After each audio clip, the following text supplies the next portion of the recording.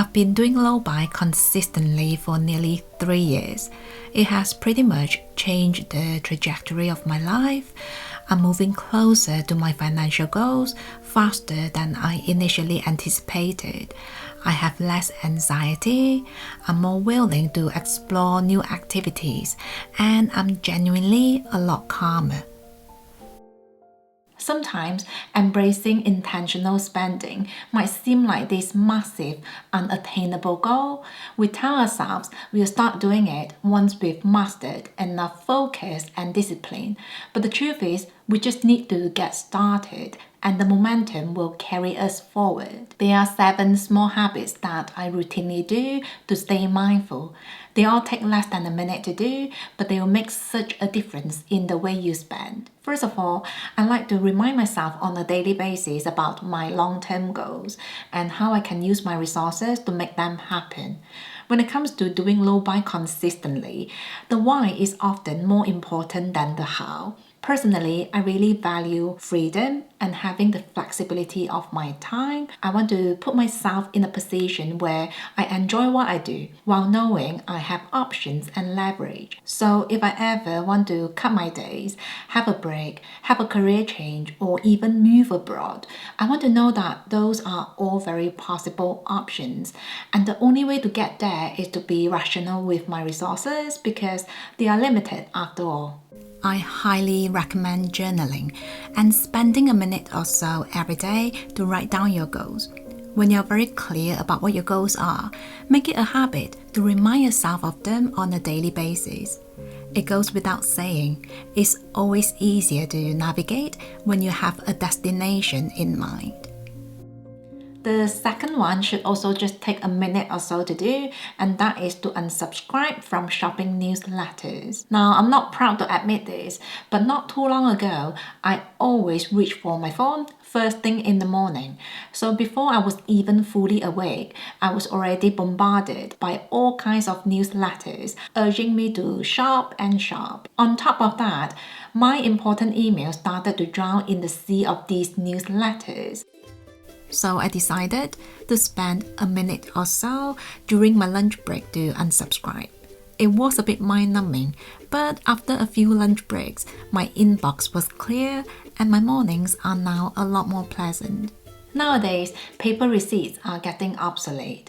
More and more stores are now asking for the customer's email address to send a digital copy instead. Now, having the proof of purchase on my email is really handy, especially if I want to exchange or return the item. But the downside is they often take the liberty of sending us lots and lots of newsletters, sometimes on a daily basis. So now I politely say no to newsletters, but if for whatever reason my wish hasn't been granted, I always make sure to unsubscribe the minute the first newsletter hits my inbox. Something else that takes very little time to do is to set up a separate account where you can park your money for those potential impulse spendings. What I mean is, every time you feel like doing emotional shopping or FOMO spendings, put that money in this account first. By the way, if we don't have the cash for it, we really shouldn't be making the purchase in the first place. Anyway, try doing that for a month and you might be surprised to see how much money you ended up putting away. Many accounts now allow you to set up different saving pots, so this shouldn't take too long to do really. At the beginning of my minimalism journey, this worked like magic for me, but I went one step further and invested the money straight away. After a year or so, it was so eye-opening to see in black and white how much money I would have carelessly spent otherwise. I think once you have an insight about how small spendings add up, compulsive shopping just wouldn't have the same appeal anymore. Moving on, if you're serious about doing low buy, it's so important to wait before buying anything. It might be stating the obvious to say the best way to not shop is to not shop, but sometimes to prevent expensive shopping mistakes, all we need to do is walking away from the item, taking a break from our screen, turning off our computer, and putting our phone away. Especially when something feels really irresistible, Those are probably the moments you should walk away because your emotion is on overdrive. I mean, what's the worst that can happen? If you decide in a few days' time that you still really love the dress, you can always check out your basket. But in my experience, many times when the heat of the moment has passed, so has my obsession for wanting the item. All that being said, while making the decision to wait might only take a few seconds, having the patience to wait is something that takes a bit of time to cultivate. But just like everything else, practice makes perfect. Another 1 minute habit is to create some barriers between you and shopping. Now, I know frictions can be annoying.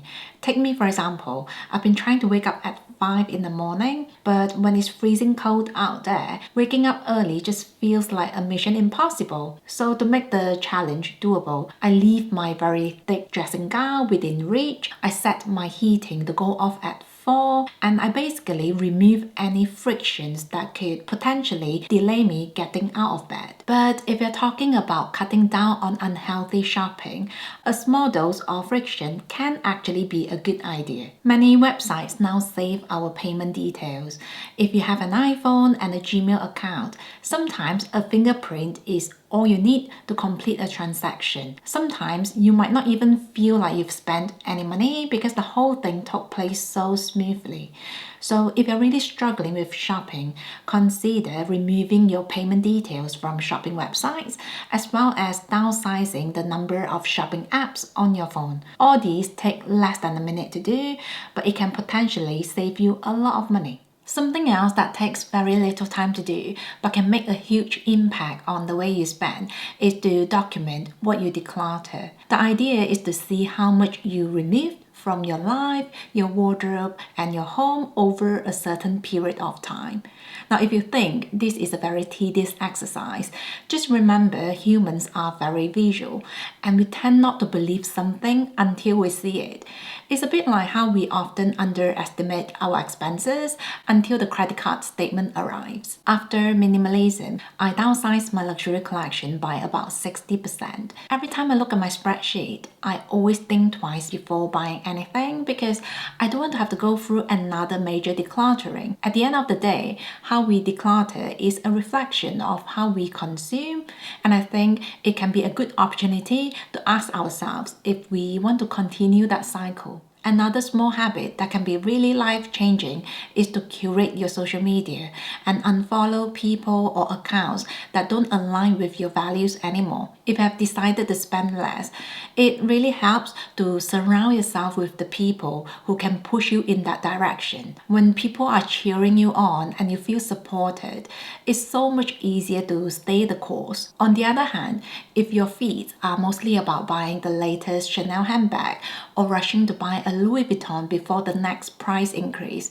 you might start to see yourself as an outlier and maybe even a weirdo just because you're not following the same trend. Whether we like it or not, humans are a very social species and we like to feel belong and accepted. This is why peer pressure is a very real thing. So if you feel like you have to work very hard just to blend in, spending a minute or so to curate your social media can really help to create a supportive and nurturing online environment for yourself. Another habit that should only take a minute or so to do is keeping a wish list for the things you are interested to buy. I think it's important to remember that a wish list is not a to-do list, so you don't have to feel obliged to tick everything off.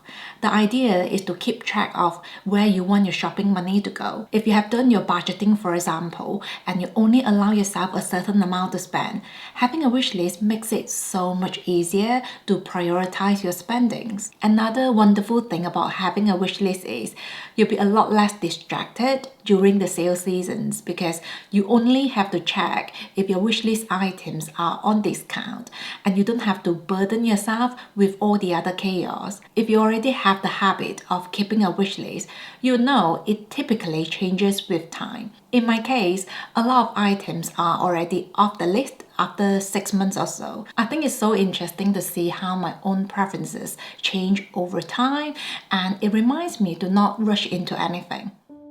James Clear famously said, All big things come from small beginnings, and I cannot agree with him more. If you want to live a mindful life and spend intentionally, you can start small and start today.